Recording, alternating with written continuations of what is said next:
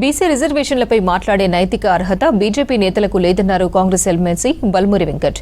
BJP లీడర్లు ఉద్దేశపూర్వకంగా బీసీల నోటి దగ్గర అన్నం లాగేశారని విమర్శించారు. బీసీలకు 42% రిజర్వేషన్లు ఇవ్వడానికి కాంగ్రెస్ పార్టీ కృషి చేస్తుంటే బీజేపీ, బీఆర్ఎస్ నేతలు అడ్డుకుంటున్నారని ఫైర్ అయ్యారు.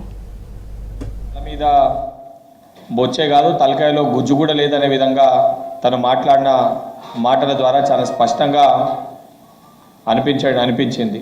గౌరవ ముఖ్యమంత్రి రేవంత్ రెడ్డి గారు, మా పిసిసి అధ్యక్షులు మహేష్ కుమార్ గౌడ్ గారు, మంత్రులు అందరూ కూడా మేము తాపత్రయపడి అన్ని సామాజిక వర్గాలకి న్యాయం చేయాలని చెప్పి మేము కృషి చేస్తే దాన్ని కేంద్రంలో కనీసము మరి ఈ లెక్కలు తేలినాయి, దీన్ని ఇవ్వాలని చెప్పి పార్లమెంట్లో కానీ, మీ కేంద్ర మంత్రుల దగ్గర కానీ, ప్రధానమంత్రి దగ్గర కానీ, సరే కిషన్ రెడ్డి గారికి ఎట్లా సోయలేదు, కనీసం బీసీ నాయకత్వం వహిస్తున్న ఈటల రాజేందర్ కానీ, ధర్మపురి అరవింద్ గారు కానీ, కేంద్ర మంత్రి ఉన్న బండి సంజయ్ గారు ఈరోజు అటువరకు ఆ విషయం పైన మీరు మాట్లాడలే.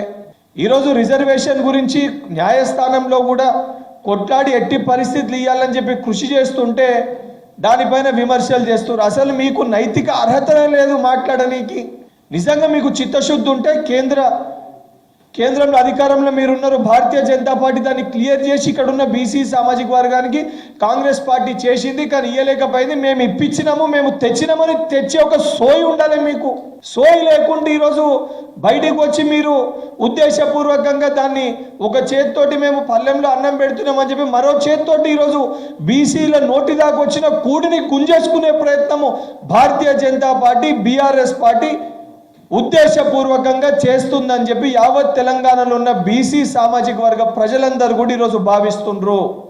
వాస్తవాలు మాట్లాడలే తప్ప నోటికి వచ్చినట్టు ఏది పడితే అది మాట్లాడితే రేపు పొద్దున ఇదే నిజామాబాద్ మీ పార్లమెంటు పరిధిలో ఉన్న ప్రజలు మిమ్మల్ని నిజామాబాద్ వీధులలో ఉరికిచ్చి కొట్టే పరిస్థితి ఏర్పడుతుందని చెప్పి ధర్మపురి అరవింద్ గారిని హెచ్చరిస్తున్నా.